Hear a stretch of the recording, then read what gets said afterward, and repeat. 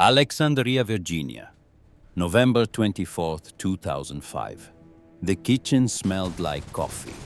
Not the sharp, aggressive kind that comes out of a machine in 30 seconds, but the slow, patient kind that sits on a burner too long and fills a room the way old music does. The kind of smell that belongs to a house that has been lived in for a long time by people who loved each other well. A brown Pyrex coffee pot sat on the stove. The refrigerator was covered in photographs held up by magnets from places a family visits over a lifetime. A grandchild at a birthday party, a beach somewhere in the Carolinas, a wedding in the rain. On the wall near the window, hanging from a single hook that had been there so long. The paint had darkened in a small circle around it. There was a guitar. A Gibson J45 Honey Sunburst finish bought in Nashville in 1971 for $140 that a 20-year-old musician had saved over 8 months working weekends at a hardware store. The man sitting at the kitchen table was not playing the guitar. He had not played it in years, but he had never taken it down either. Robert Calloway was 54 years old. He had brown eyes, gray at the temples, the kind of hands that had done physical work at some point in their life and had never entirely lost the look of it. He was sitting in front of a laptop computer with a cup of coffee going cold beside him. He was not reading anything. He was not checking the news. He was typing slowly and carefully the way a person types when every word matters and they want to get it right. He was writing an email to his wife. Not from Baghdad, from this kitchen, from this house in Alexandria where they had lived together for 22 years. He had set the email to send automatically. The scheduled delivery time was 6 o'clock the following morning. The exact moment his flight would lift off the runway at Dulles International Airport and turn east toward London, and then south and east again toward a city that had been burning for 2.5 years. He was not writing the email because he believed he was going to die. He was writing it because he was not certain he was not going to. There is a difference between those two things, a significant one. And Robert Calloway understood that difference better than most men his age, because he had spent the last decade of his life going to places that most men his age would not go, and he had developed a particular clarity about what it meant to choose danger with open eyes rather than stumble into it blind. He had been to Palestine. He had been to Colombia during the worst years of the conflict there. He had stood between armed men and the people those armed men were frightening, carrying nothing but his presence and his belief that presence alone could sometimes matter. Sometimes it had not. He had always come home, but he wrote the email anyway, because this time was different in ways he could feel, but not entirely name. The line he had written in his journal 2 weeks earlier, before he had told anyone outside of his Quaker community that he was going, was this. He had written, "I am not going because I am unafraid. I am going because I am afraid. And I believe that is the only honest reason to go anywhere that matters." He finished the email. He read it once. He did not change anything. He closed the laptop and sat for a moment in the kitchen that smelled like coffee, with the Gibson J45 on the wall behind him and the photographs of his grandchildren on the refrigerator. And outside the window, the ordinary sounds of a neighborhood in Virginia on the day before Thanksgiving. Then he stood up and began to pack. Now, before this story goes any further, there is something you need to see. A moment that happened 4 months after Robert Calloway closed that laptop and packed his bag and said goodbye to his wife at the door of the house that smelled like coffee. Baghdad, March 23rd, 2006, 4 in the morning. A door comes off its hinges. Boots on concrete stairs, fast and certain, the sound of men who know exactly where they are going because someone has already stood in the dark for a very long time and learned the answer. A landing, a door, and then a voice steady Yorkshire in its bones, saying the words to 3 men who have been waiting in the dark for 118 days. "You are safe now, mate. We have got you." That is where this story ends. The question is how it got there. And the answer begins not with the 2 men who came through that door, but with the failure that made their work necessary.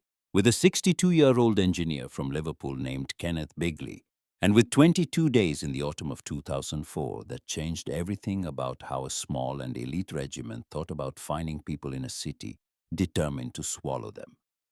Stay with us, because what comes next is the kind of story that does not get told often enough.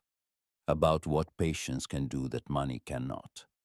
About what one trained person standing in the right place can accomplish that no satellite and no algorithm can replicate. About the things, in other words, that have always been true and will always be true regardless of how much the technology changes around them. This is that story, and we are just getting started.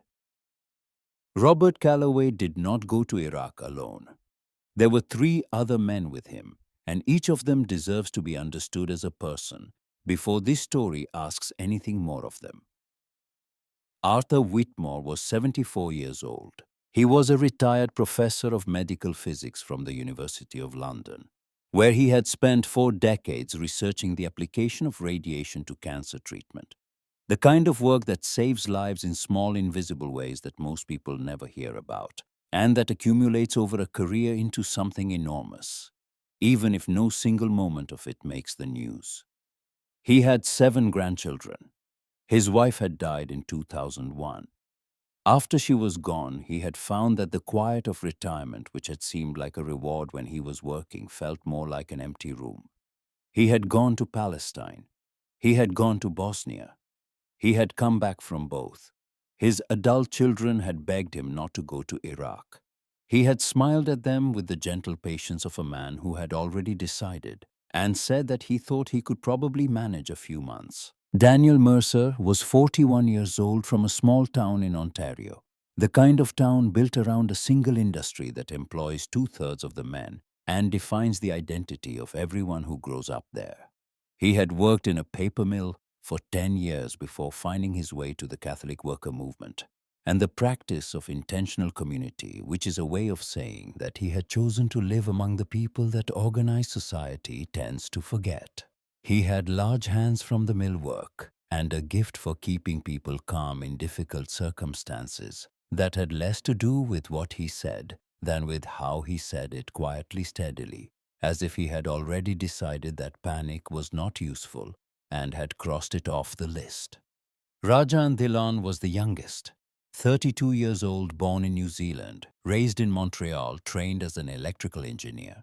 He was the kind of man who observes more than he speaks, who files away details about his environment the way other people file away opinions systematically without obvious purpose, until the purpose becomes suddenly clear. He could have been earning a good salary in Canada doing work that mattered. He had chosen Iraq instead because he believed in the specific and practical way that engineers believe things that his skills could contribute to rebuilding infrastructure that had been damaged by a war that his generation had not been asked to authorize, but would be required to live with the consequences of. These 4 men were traveling together through the Al-Mansur district of western Baghdad on the morning of November 26, 2005, Thanksgiving Day in the United States. Their vehicle was stopped at what appeared to be an impromptu checkpoint.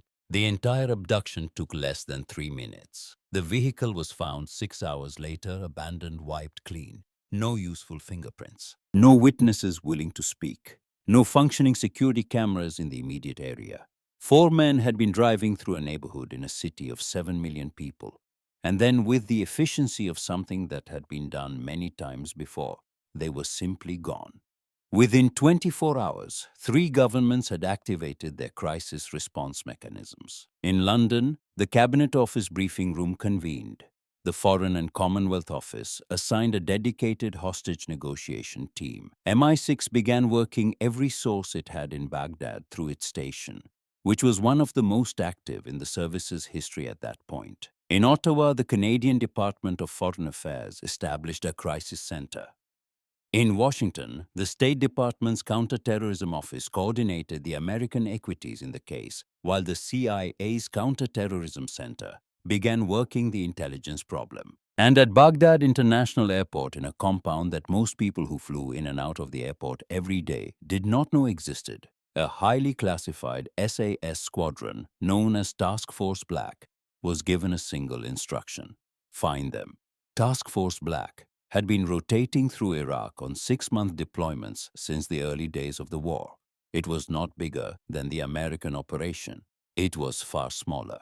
The SAS squadron in Baghdad typically numbered between 40 and 60 operators, compared to the hundreds of American special operations personnel nearby. The British signals intelligence support was a fraction of what the Americans could deploy. The budgets were not remotely comparable. The British did not have better technology. By almost every measurable standard, they had worse technology. What they had was a different philosophy. And that philosophy had been shaped by decades of operating in places where technology was not the answer. Because the technology was not available, or because the problem was one that technology fundamentally could not solve.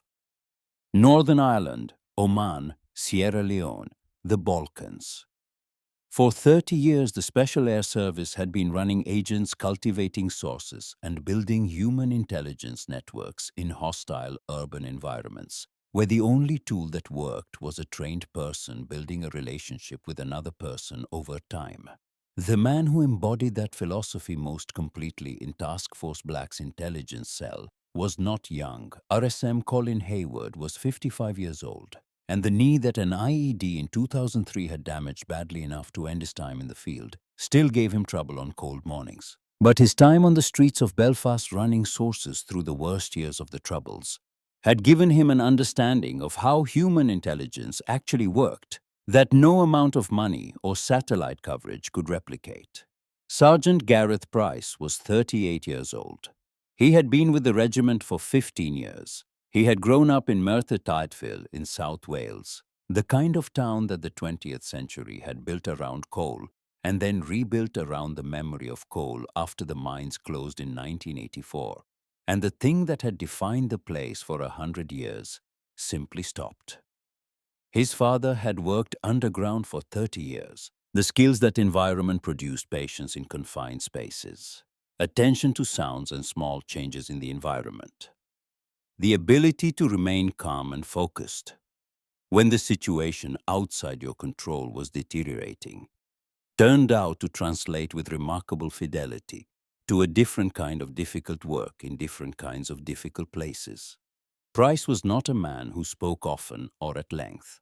His colleagues described him as the person you wanted beside you when things went worst, not because he would resolve the situation through force of personality, but because he would think his way through it. Hayward found Price in the intelligence cell in the first week of the crisis, standing in front of a map of western Baghdad that showed approximately nothing useful about where 4 men might be hidden among 7 million people. The older man looked at the map. Then he looked at Price. And he said the words that Price had heard from him before in training, and in Belfast and in other rooms in front of other maps, but that landed differently now with lives on the line rather than a lesson being illustrated. The map is never the territory, lad. If you need to know what is in a room, the only way is to stand close enough to see inside. Price filed it the way experienced soldiers file certain truths, not as instructions to be acted on immediately, but as a compass bearing that tells you which direction is north, even when the terrain in every direction looks the same. He did not yet know that in 3 months, he would act on those words in a way that would matter more than anything else he had ever done.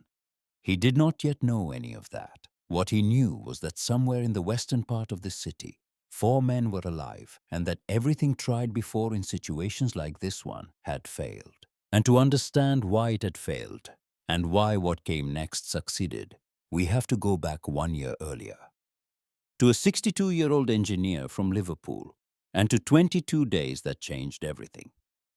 Kenneth Bigley was the kind of man that the men watching this will recognize immediately. Not because of what he did for a living, though that will be familiar too. He had worked with his hands and his knowledge his entire adult life. He had started as a fitter, moved into engineering, built a career through practical skill and the ability to solve physical problems in physical spaces. He was 62 years old, and he could have been retired, could have been sitting in a garden in Liverpool, watching his grandchildren play. Instead, he was in Iraq because Baghdad had things that needed fixing, and because men like Kenneth Bigley do not stop working, simply because the work moves to a difficult place. He was seized from his home in the Al-Mansur district of western Baghdad on September 16, 2004, along with two American colleagues. The men who took them were operating under the command of Abu Musab al-Zarqawi, the Jordanian militant who ran al-Qaeda in Iraq. The two Americans were beheaded within 72 hours. Bigley was kept alive for 22 days. Think about what that means in terms of the effort made to find him. The British government activated every mechanism it possessed. MI6 began working every source it had in Baghdad. The SAS deployed a dedicated team. Iraqi intermediaries were brought in at every level. American signals intelligence assets were brought to bear. The National Security Agency, spending approximately $11 billion a year on collection capabilities, was fully engaged on the problem. None of it worked. On October 7, 2004, Kenneth Bigley was beheaded on camera. The video was on the internet within hours. The failure was total, not partial. Not a near miss, total. A man who had been alive for 3 full weeks while every branch of British and American intelligence worked the problem with genuine commitment and enormous resources died in a room that no one in the coalition ever found. The investigation that followed within the British government identified the failure at its root, and it was not a failure of effort. The effort had been enormous. It was a failure of method. Specifically, it was the failure of the method that the coalition had been using for every similar problem in Iraq, which was to purchase information and then act on that information before it expired. Here is the problem at the center of it, explained in terms that anyone who has ever dealt with dishonest information will understand immediately. In Baghdad's kidnapping economy, the people who knew where hostages were being held were the same people who profited from holding them. When coalition intelligence began paying for information, the people receiving that money were in many cases directly or indirectly connected to the networks holding the hostages. They took the money. They provided information. The information was wrong. In some cases, it was outdated. In some cases, it was deliberately fabricated to send rescue teams to the wrong address.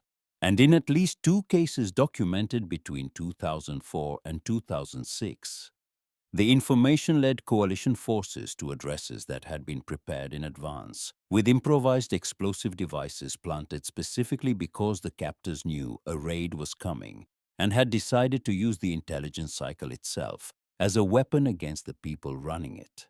The most powerful intelligence apparatus on Earth was in those cases paying its enemies to lead its soldiers into traps. This was the architecture of failure that existed when 4 members of the Christian peacemaker teams disappeared from a vehicle in the Al-Mansur district on the morning of November 26, 2005. The same neighborhood, the same city, the same broken method, waiting to fail again. And in the task force black compound at Baghdad International Airport, one man was beginning to think about whether there was a different way to work the problem. A slower way, a harder way. The way his father had worked in the mine, not with the largest machine available, but with the most careful attention to what the rock was actually telling you. His name was Gareth Price, and what he was about to do over the next 3 months would change everything. The group that had taken the 4 men called themselves the Swords of Righteousness Brigade. Coalition intelligence analysts spent the first 72 hours pulling everything available on the name and came back with very little. This was not a structured organization with established command hierarchies and known leadership. It appeared to be a relatively small Sunni militant cell operating primarily in western Baghdad, connected in loose and informal ways to larger networks, but not directed or controlled by any of them. This made the group simultaneously less dangerous and more dangerous than a structured organization. Less dangerous because their operational capability was limited. More dangerous because their behavior was harder to predict. They had a demand $10 million and the release of prisoners from coalition detention facilities, and they had 4 men in a room, and beyond that they were essentially unknown. Three governments began working the problem simultaneously through every channel that had ever produced results in situations like this one. The first proof of life video came through Al Jazeera within 72 hours of the abduction. Four men sitting in a room still wearing the clothes they had been taken in, reading statements that were obviously not their own words in the flat, careful voice of people who understand that reading the statement is the condition of remaining alive. Iraqi tribal leaders were approached through back channels. Religious scholars with influence in the relevant communities were consulted. The CIA station in Baghdad, one of the largest and most active in the agency's history, began running the problem through its standard methodology.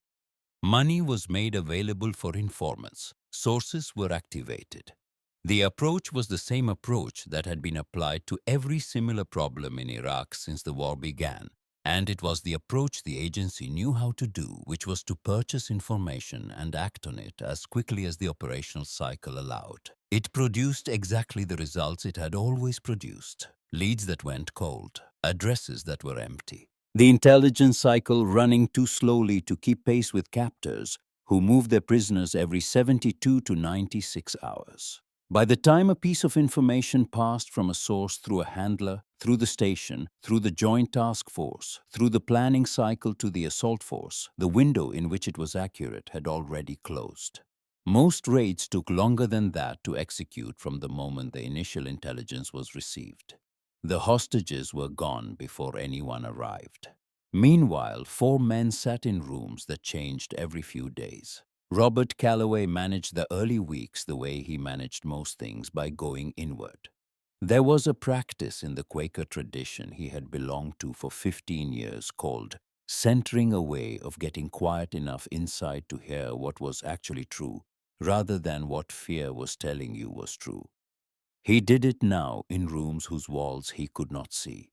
In the third week, one of the guards, whether from carelessness or some impulse toward an ordinary human gesture that the situation made extraordinary, left a copy of USA Today on the floor near where Calloway was sitting. It was a month old. He turned to the sports section. The Washington Redskins had lost to the Dallas Cowboys 35-7. He read the game summary 3 times slowly, every word. Not because he cared about the result, because for 10 minutes it was possible to hold a piece of paper that had been printed in the United States of America, in a language he had spoken his whole life, about a game being played in a stadium he had driven past, and feel the ordinary continuity of a world that still existed, even though he could not reach it. Arthur Whitmore was not managing as well physically. He was 74 years old, and the combination of inadequate food, inadequate movement, and chronic low-grade stress was doing what those things do to a body that age. His circulation was poor. His appetite was gone. He had developed a practice of reciting the names of his 7 grandchildren each morning, when he woke, in order from oldest to youngest, as a form of orientation, a way of reminding himself what was on the other side of the room he was in. Daniel Mercer was the one who held the group together during the first months. He had a gift for finding the story in a situation and telling it in a way that made the situation feel survivable. He remembered songs from Ontario, the kind of songs that belong to cold winters and paper mills, and the particular warmth of communities that know how to get through hard things together. He said more than once in those first weeks, "Someone is looking for us. I know that. Someone is out there right now building the picture. We just have to stay alive long enough for the picture to get finished." Rajan Dillon said almost nothing. He observed. He noted the guard rotation, times the sound patterns in the neighborhood outside the windows, the way the light moved through whatever gaps existed in the coverings on the glass. He was an engineer, and engineers document environments. It was what his mind did when it had nothing else to do. While the 4 men waited, Price was building something that the CIA's methodology could not build, because it required time instead of money and relationships instead of transactions. Rather than pursuing the hostage takers directly through the kidnapping network, he approached the problem from the outside inward. He identified people in western Baghdad who were at the edges of the relevant world, not participants, not informants in the traditional sense, but people who move through the same physical environment as the Swords of Righteousness Brigade without being part of it. Food delivery workers, mechanics, shopkeepers, the people who see everything because they are everywhere, and who are invisible to everyone because no one organizing a secret operation thinks to ask them anything. He did not pay them for information. He built relationships with them through intermediaries who had been cultivated over months. Relationships that were not transactional and therefore not vulnerable to the corruption that transactions invite. He was mapping the haystack rather than looking for the needle, understanding the social geography of a specific district of a specific city at a level of granularity that no satellite imagery and no signals intercept could produce. Who was related to whom? Which routes were used by which types of vehicles? Which buildings had changed their patterns of use? Which ordinary people had seen something ordinary that in context was not ordinary at all? It was slow. It did not fit neatly into the operational planning cycles that the governments above the operation were demanding to be briefed on every 48 hours. And it did not produce anything actionable for the first 2 months. What it produced was something that looked from the outside like very little. What it was from the inside was the only approach that had any chance of actually working. If the people watching this have ever believed that one skilled person standing in the right place using their own judgment can accomplish something that no amount of money or machinery can replicate, then stay with us, because we are about to get to the part of the story that proves it. Around the 10th week of the captivity, the guards began separating Robert Calloway from the other three for short periods. He would be taken to a different room. He would be returned. No one explained why. The other three did not ask. In the kind of environment they were living in, asking questions about things that were not your business was not just unhelpful, it was potentially dangerous. But they noticed. Mercer said later in the book, he wrote about the experience that he noticed a change in Calloway during those weeks. The man who had been quiet in a disciplined, intentional way was quiet now in a different way. The way a person gets quiet when they are not going inward anymore, when they are simply waiting. On March 9, 2006, a coalition patrol moving through a street in western Baghdad found a man on the ground. His hands were bound behind his back with plastic ties. He had been shot twice, once in the chest and once in the head. He was still wearing the same clothes he had been wearing on November 26th. In the pocket of his jacket, there was a small piece of paper folded many times, damaged by moisture, but still legible. It was a few lines of verse. Walt Whitman. The man on the ground was Robert Calloway, 54 years old, Alexandria, Virginia. Former musician, Quaker. A man who had written an email to his wife set to send at the moment his plane left the ground, because he was not afraid, and because he was. He had been a hostage for 115 days. There are failures of effort, and there are failures of method. The first kind can be fixed by trying harder. The second kind cannot. For 115 days, no one involved in the search for these four men had failed to try hard enough. The CIA had not been lazy. MI6 had not been careless. The governments had not been indifferent. The money had been real. The effort had been genuine. The commitment had been, by any reasonable measure, extraordinary. But Robert Calloway was dead. He was dead not because anyone had given up. He was dead because the method that everyone was using was the wrong method for the problem in front of them. And the wrong method applied with maximum effort still produces the wrong result. He was dead because 4 months of buying information in a city where information was a commodity had produced a folder full of addresses that were empty or mined or simply wrong. And 115 days of his life had been spent in a room that no one with all that money and all that technology had ever come within a mile of finding. 3 men were still alive somewhere in that same city, and the question of whether the method was going to change before it was too late to matter for them was no longer theoretical. Price was in the intelligence cell when the report came through. He read it once. He set it down. He sat with it for a long moment in the quiet of the room. which was the kind of quiet that falls when something that was feared has arrived and the mind needs a few seconds to stop bracing for it and start adjusting to it. Then he stood up and went to find Hayward. In the 3 weeks following Calloway's death, the network that Price had been building through 3 months of patient lateral ground-level work began for the first time to produce something that looked less like fragments and more like a shape. A food delivery worker reported an order that was unusual in every particular: large volume, cash payment, an address in the Mansour district that he had never delivered to before. The customer had specified no receipt and had met him at the corner rather than at the door. A source with no connection to the kidnapping network reported that a minivan blue-gray had been observed at a known insurgent meeting point in the Ghazaliya district and had subsequently appeared 3 times in a specific residential area of Mansour over a 2-week period, each time parking briefly and departing. A neighbor of a house in that same area of Mansour reported to a community contact who reported to an intermediary who reported to the intelligence cell that a building that had been empty for months had recently showed signs of occupation, lights in the evening hours, sounds of movement, but no one visible coming or going during the day. None of these 3 things was sufficient on its own.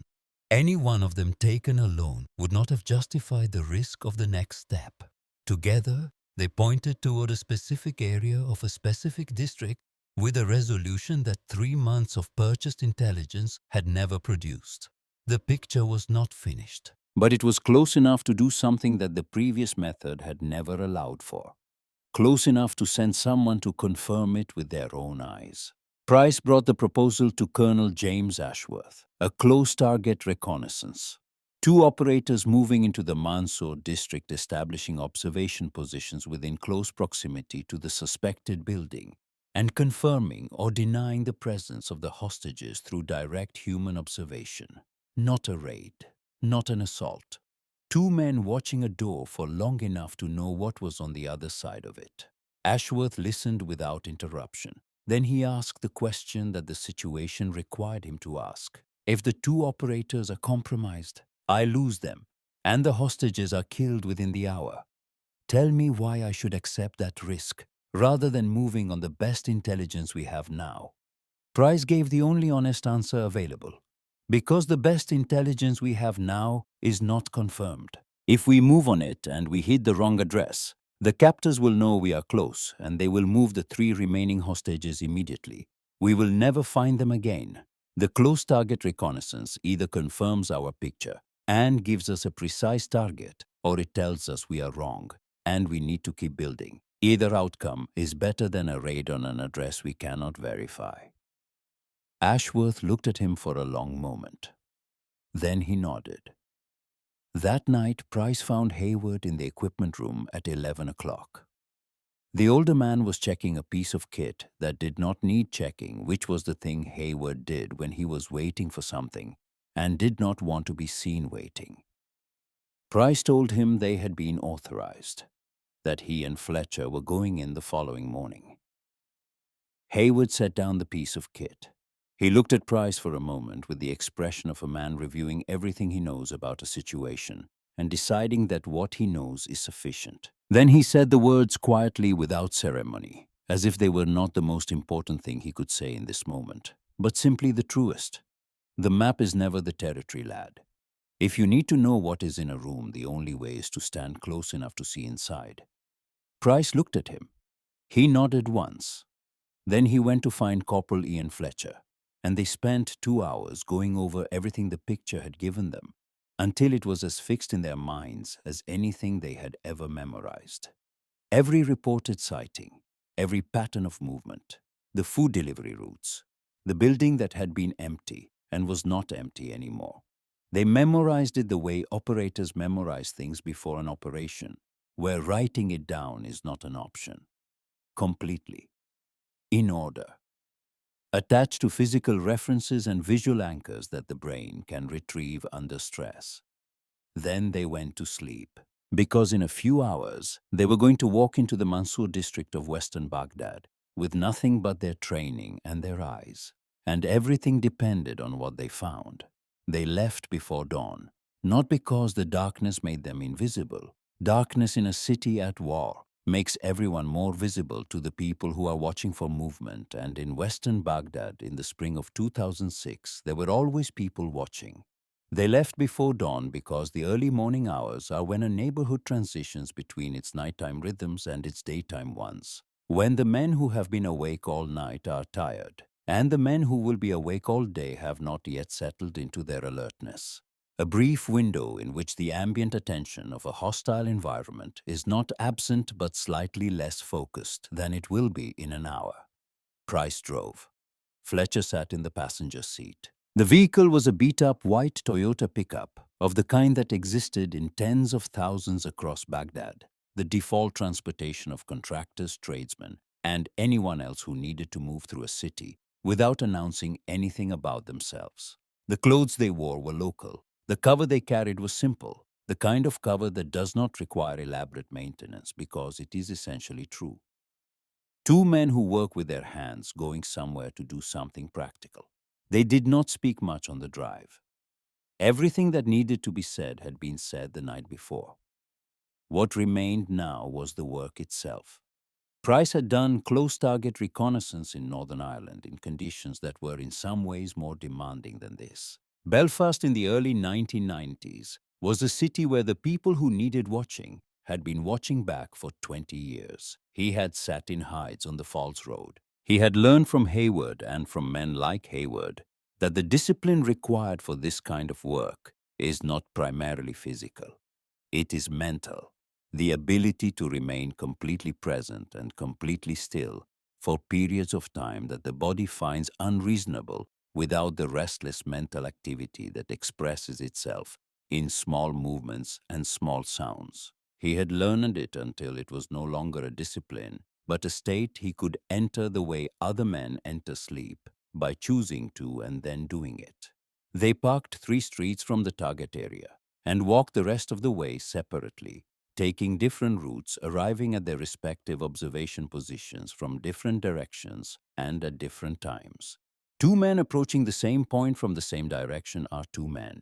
Two men who arrive at different positions from different directions with 10 minutes between them are part of the background. Price's position was in a narrow passage between two buildings on the east side of the street that faced the target building.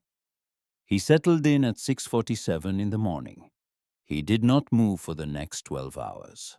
The target building was a 2-story structure of the kind common throughout that district concrete block construction with a flat roof exterior walls that had once been painted yellow and were now the color of old paper, where the paint had faded and dried clay, where it had peeled. The windows on the upper floor had been covered from the inside with dark fabric, heavy enough to block most of the light without being obviously unusual from the street. The front door was metal painted green, with a single padlock visible on the outside hasp. In the first 2 hours, Price observed the following. A man left through the front door at 7:15, walked to the end of the block, and returned 20 minutes later carrying a paper bag. He locked the door from the outside when he left and unlocked it when he returned. A second man appeared briefly in the doorway. At 8:40, looked up and down the street for approximately 30 seconds and went back inside. A third man appeared on the roofline at 9:15. From Fletcher's position at the rear, stood for 2 minutes looking out over the surrounding neighborhood and descended again. At 11:40, a vehicle arrived, a minivan blue-gray, the same description that the intelligence cell source had reported seeing at the insurgent meeting point in Ghazalia. It parked in the street in front of the building. Two men got out. One carried a cardboard box of the size that suggests bulk food. Both went inside. The minivan remained parked for 40 minutes. Then both men came out, got in, and drove away. The man with the box did not come out with the box. Price noted all of it in the precise, non-judgmental way that surveillance work requires. Not interpreting yet, not concluding. Observing and recording, building the factual foundation that interpretation can only be reliable when it rests on. The afternoon passed. The light changed the way light changes in that part of the world in March, from the white flatness of midday to the softer quality of middle afternoon to the early thickening of dusk. A street that had been quiet in the middle of the day began to carry slightly more movement as people returned from wherever they had been. A woman with shopping bags, two boys on a bicycle sharing the pedaling, a man in a white dishdasha walking with his hands behind his back in the particular way of men who walk to think. None of them looked at the passage where Price was sitting. At 6:18 in the evening, the wind shifted. Baghdad sits in a river valley, and in March the evenings carry a movement of air from the west that changes what the streets carry. Price felt the shift as a slight cooling on the left side of his face and a change in what the air brought to him. What it brought at 6:18 was sound. From the upper floor of the building, not loud, not the sound of distress or argument or anything that would stand out to a person passing in the street. A voice, followed by another voice, both quiet, both tired, in the way that voices get tired when the tiredness is not from that day or that week, but from a much longer accumulation than that. Both voices were speaking English. Price remained completely still. He listened for 40 seconds, 60 seconds, long enough to be certain of what he was hearing and certain of what he was not. He was not hearing Arabic. He was not hearing a television or a radio. He was hearing two men having a conversation in English in the upper floor of a building in western Baghdad at a volume that suggested they were not aware that anyone outside those walls could hear them. He did not allow himself any reaction. He stayed exactly where he was, in exactly the state he had been in for the previous 11 hours. And he listened until the voices stopped, and the wind shifted again, and the sound was gone. Then he transmitted. The signal he sent to Fletcher was a sequence of 3 taps on the small unit he carried, a pre-arranged code they had established the night before, because voice transmission in that position was not an option. 3 taps meant confirmed. Fletcher's response was 2 taps, understood. What Price transmitted back to the Task Force Black Operations Center at Baghdad International Airport that evening was spare in the way that good operational reporting is always spare, stripped of everything that is not precisely and verifiably true. Western voices confirmed. Upper floor northeast orientation. 3 individuals minimum based on sound analysis. Building occupied by armed personnel, 2 confirmed. 1 probable based on pattern of movement observed over 12 hours. Entry points as previously assessed. Guard rotation approximately 4 hours. Recommend immediate assault planning. Ashworth received the report at 1940. He read it twice. Then he walked to the planning room and told the officers waiting there to begin. Price and Fletcher did not leave their positions until 2 in the morning. They had been there for 19 hours. They completed the observation through the evening and into the early night, adding detail with every hour. Guard positions, light discipline in the building, the rhythm of the neighborhood around the target after dark. Then they extracted through the same streets they had come in on separately 20 minutes apart, 2 men finishing a night shift and going home. Nothing remarkable, nothing to look at. They were back at the airport compound by 3:15 in the morning. At that same moment, in 3 different places, 3 different people were awake. In a house in northwest London, the adult daughter of Arthur Whitmore was sitting at her kitchen table with a phone in her hand. The Foreign Office had called an hour earlier.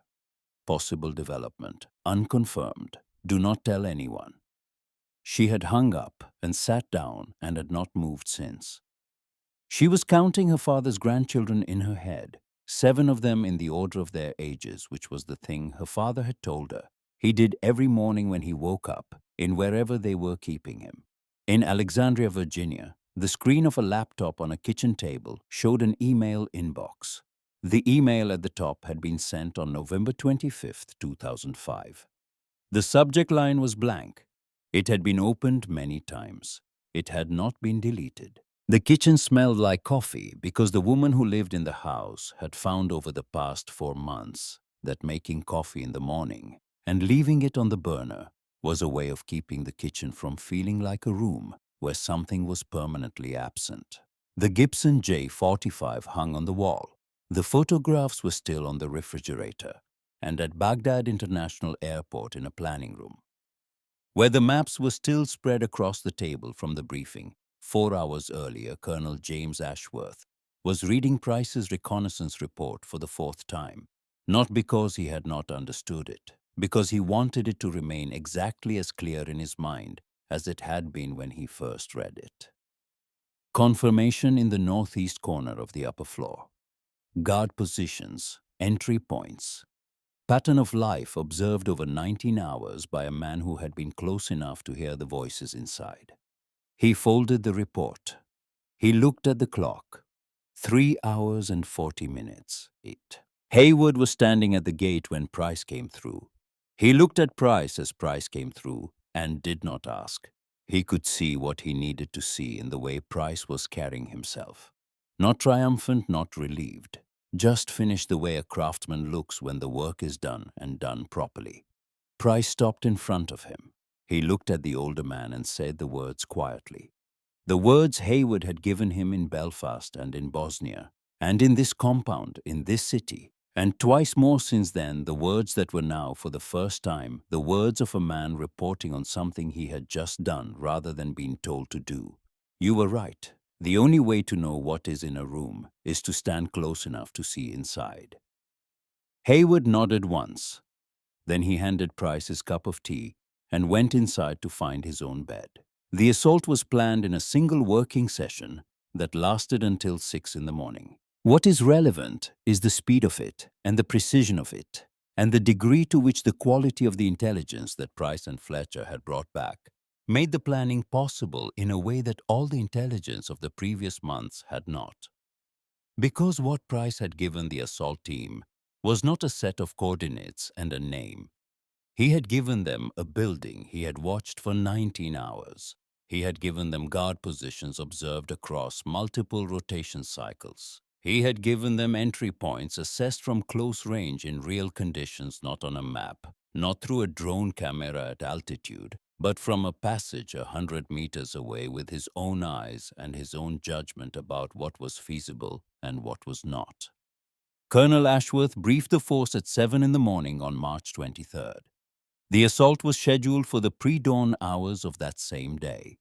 SAS operators from Task Force Black as the primary assault element. Elements from the Canadian Joint Task Force 2 in support. American assets providing outer perimeter and aerial surveillance. The breach, the entry, and the hostage extraction were SAS.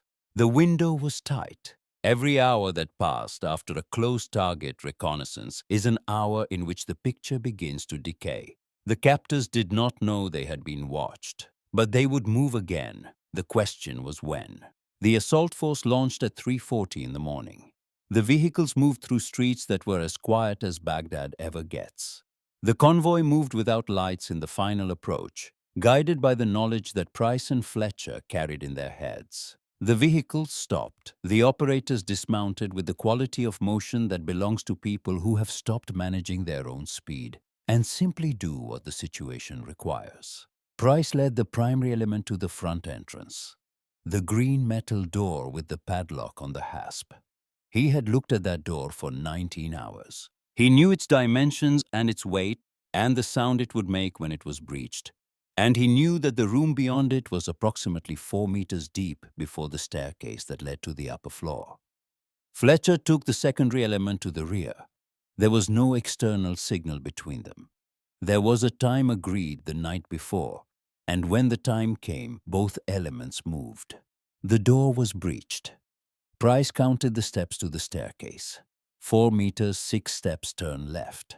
The staircase was narrow concrete ascending to a landing with 2 doors. The northeast room was to the right. The building was almost silent. The guards were not there.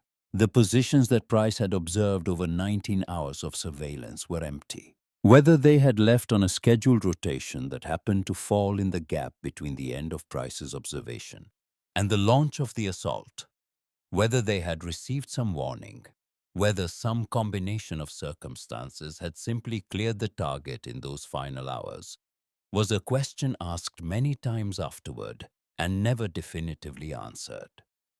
It did not matter. What mattered was that when Price pushed open the door of the northeast room on the upper floor, there were 3 men inside and no one else. They were handcuffed together, not to the wall, to each other, their wrists connected by a single short length of chain that passed through all 3 sets of cuffs. The configuration of men being prepared to be moved. Arthur Whitmore was sitting against the far wall. He was 74 years old, and he looked it in a way he had perhaps not looked it on the day he arrived in Baghdad. He was thin in the way that comes when the body has been consuming itself for a long time. He was awake, and he was looking at the door when it opened. And what crossed his face in that moment was not immediate recognition, but something more complicated. The expression of a man who has spent so many days constructing himself against the possibility of this moment, that the arrival of the moment itself requires a few seconds to process. Daniel Mercer was to his left cross-legged on the floor, and he was already trying to stand when the door opened, had heard the boots on the stairs, and assumed it was the guards.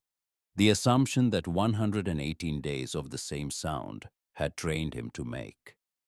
He was halfway to his feet when he saw the gear, the helmets, the rifles, and he stopped.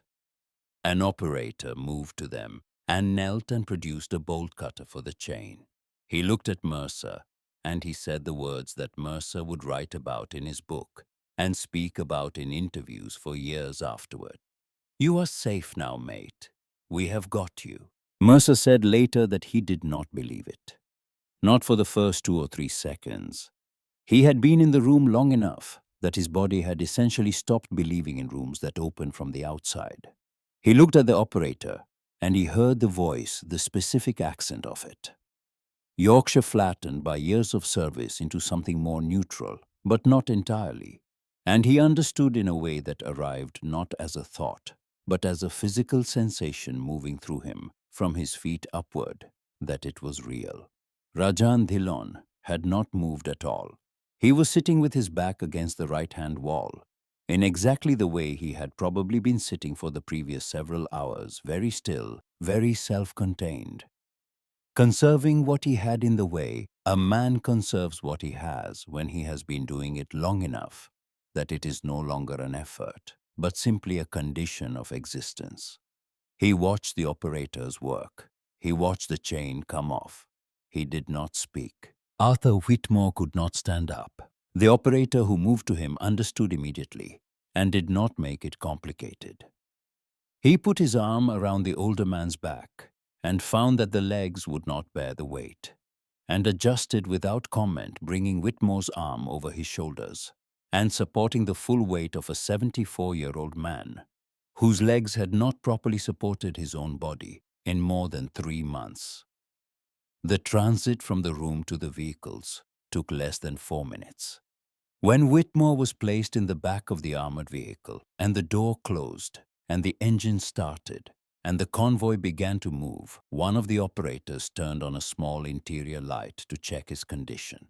The light was dim and yellow, and it fell across the older man's face in a way that showed every day of what the last months had done to him. Whitmore looked at the operator. The operator looked back. Neither said anything. And then Arthur Whitmore began to cry, not loudly, not with the release of someone who has been holding something in and finally lets it go. Quietly, in the way of a man who is not even entirely certain he is crying, as if the tears have started on their own without consulting him. He had been 74 years old in a room in Baghdad for 118 days. He had said his grandchildren's names every morning when he woke up. He had told himself that someone was building the picture, that someone was working toward this room. And he had not entirely believed it, not in the part of himself that lives below belief. And now he was in a vehicle moving away from that room, and the tears were a report from that part of himself that the belief had been justified after all. The operator reached across and put a hand briefly on the older man's shoulder. He did not say anything because there was nothing to say that was not already being said by the movement of the vehicle and the hum of the engine and the fact of them being in it together and moving away. The convoy reached the green zone as the first light of March 23rd was beginning to build in the east. At the coalition medical facility, 3 men were examined by military doctors who found what months of inadequate food and immobility and untreated infection do to human bodies. Whitmore had lost nearly a fifth of his body weight. His circulation was impaired, and there were signs of multiple infections developing untreated for weeks. Mercer was dehydrated, and his blood pressure was dangerously low. Dillon's physical condition was somewhat better. But the medical team noted acute stress response, the clinical term for what the body enters when it has been operating under sustained extreme conditions long enough that the removal of those conditions is itself a kind of shock. Mercer ate, he drank, he slept.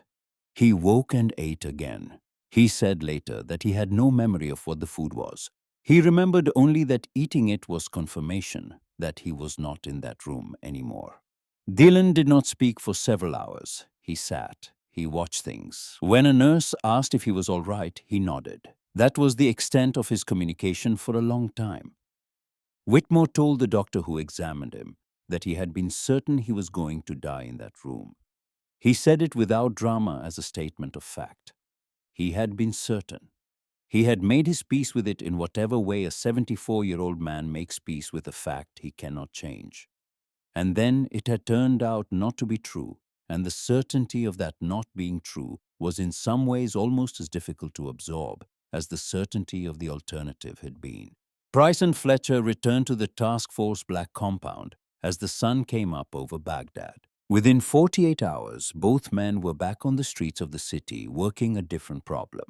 No medals were announced. No names were released. No press conference was held. This is the way of the regiment, and it is the way for reasons that go beyond security. It is the way because the work is the point, and the recognition of the work is not the point. Confusing those two things has costs that the regiment has learned over 80 years of existence are not worth paying. The rescue was front-page news around the world within hours. The coverage was about the freed hostages, the emotional reunions, the political statements. It was not about the intelligence work. It was not about 2 men in a passage with nothing but their training and their eyes. It was not about the 3 months of lateral network building that had narrowed a city of 7 million people to a single building on a single street. Arthur Whitmore returned to London and made a public statement. He thanked his family. He thanked the governments that had worked for his release. He thanked the diplomatic teams and the intermediaries and the community of supporters who had sustained the effort over 4 months. He did not in that first statement thank the soldiers who had come through the door. The omission was noticed immediately, discussed in newspapers and on radio programs, and in the conversations people have when a story contains something that does not resolve cleanly into the expected shape. What the coverage did not always take time to explain was the particular position Arthur Whitmore was in. He had come to Baghdad because he believed with the conviction of a man who had held it his entire adult life that the military presence in Iraq was wrong, that the war had been wrong, that the conditions the war had created were the direct consequence of a decision he had publicly opposed. He had gone to Baghdad as an expression of that opposition, and he had been saved by the war soldiers. The cognitive dissonance of that was not small. It was not something that could be resolved by a single public statement or a single act of gratitude. It was something that a man of his age and his conviction would carry for the rest of his life, turning it over, finding new angles on it, never arriving at a version of it that was fully comfortable because there is no fully comfortable version of it. He had been right about the war. He had been saved by the people fighting it. Both things were true simultaneously, and they would always be true simultaneously, and he would always have to live inside that truth. He issued a second statement some days later, in which he said that he was deeply grateful to the military personnel who had secured his release, that he recognized and respected their skill and courage. and that he had not in his initial statement intended any slight to the men who had put themselves at risk to bring him home. He did not retract his views on the war. He acknowledged the debt and maintained the position and declined to pretend that those two things did not exist in tension. It was, when read carefully, an honest statement. More honest, perhaps, than the cleaner version people were waiting for. Daniel Mercer was more direct. He said in interviews and wrote in his book that he owed his life to men who carried guns for a living. He was a lifelong pacifist, and he remained one. But he was not going to pretend that the men who came through that door had done anything other than save his life at significant risk to their own. And he spoke about them with the specific kind of respect that is more meaningful than gratitude, because it comes from witnessing something directly rather than hearing about it afterward. Robert Calloway was buried in Alexandria, Virginia on April 1, 2006. Hundreds of members of the Quaker community attended. His family did not blame the soldiers or the intelligence services or the governments. They blamed the conditions that the war had created. They said that Robert had known the risks and had chosen to enter them anyway, not because he was reckless, but because he believed that choosing not to enter them would have been a different kind of cost. In a file in the archives of the Secret Intelligence Service, there is a classified after-action report on the Christian Peacemaker team's hostage recovery operation. The report runs to many pages. It covers the intelligence methods that succeeded and the methods that failed. It covers the coordination between agencies and the points at which that coordination was inadequate. It covers the lessons that should be carried forward into future operations of a similar nature. Near the end of the report, in the section addressing the decisive intelligence that enabled the assault, there is a single sentence. The confirmed location of the 3 surviving hostages was obtained not through signals intercept, not through satellite imagery, not through paid human sources, but through direct human observation conducted at close range by members of the Special Air Service Regiment operating in a non-permissive urban environment over a period of approximately 36 hours. Read that again. The entire intelligence apparatus of the United States, the United Kingdom, and their coalition partners. The National Security Agency spending $11 billion a year on collection. The CIA station in Baghdad, one of the largest in the agency's history. 300 satellites. Signals intercept capability that could capture virtually every phone call, email, and text message in the country. All of it in the official record of the people who ran all of it produced the wrong result. The right result was produced by 2 men from the regiment who stood close enough to hear voices through a window on a March evening when the wind shifted. The report does not mention the $10 million. It does not need to. In a house in Alexandria, Virginia, a Gibson J45 hung on a wall in a kitchen that still smelled like coffee in the mornings. The email that Robert Calloway had written and scheduled to send at the moment his flight left the ground had reached his wife's inbox on the morning of November 25th. She had read it. She had read it many times in the months that followed. The soldier who had found Calloway's body on the road in western Baghdad had kept the small piece of paper from his jacket pocket.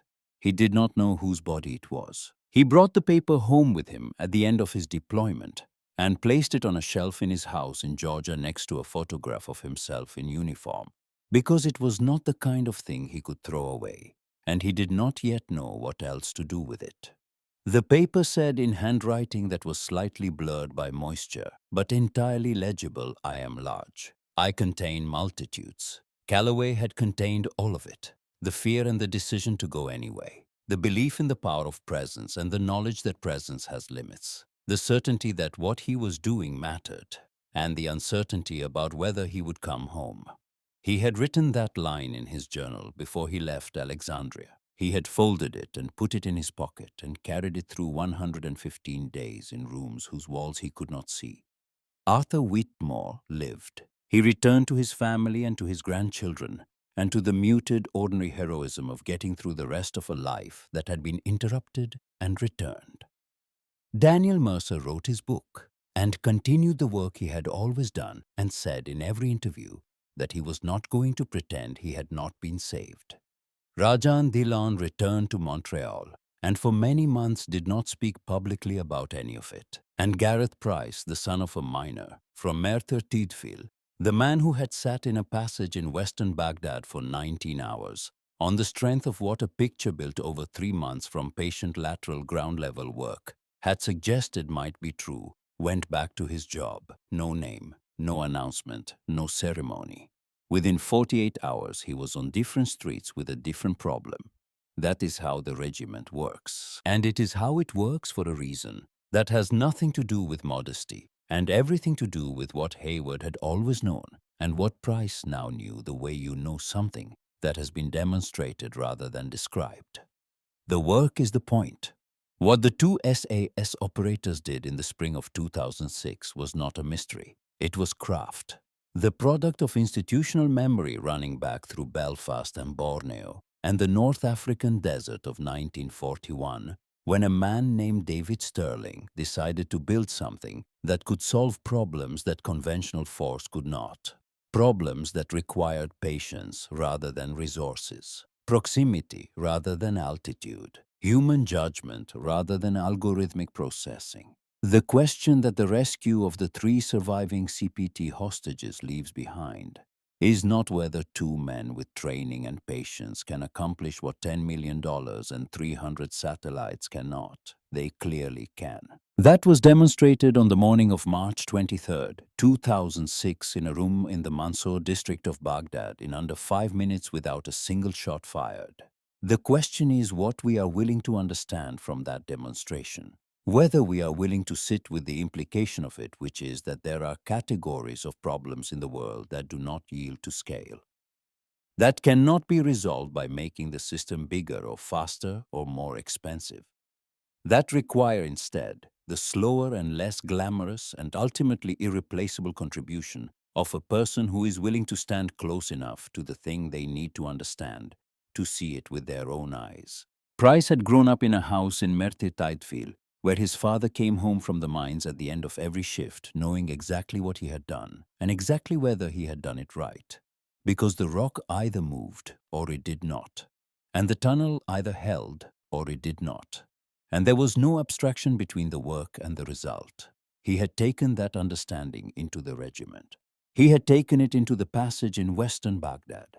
He had taken it into the report that became a plan, that became a convoy, that became a door coming off its hinges and boots on a concrete staircase and 3 men coming home. He had stood close enough to see inside, and everything else had followed from that.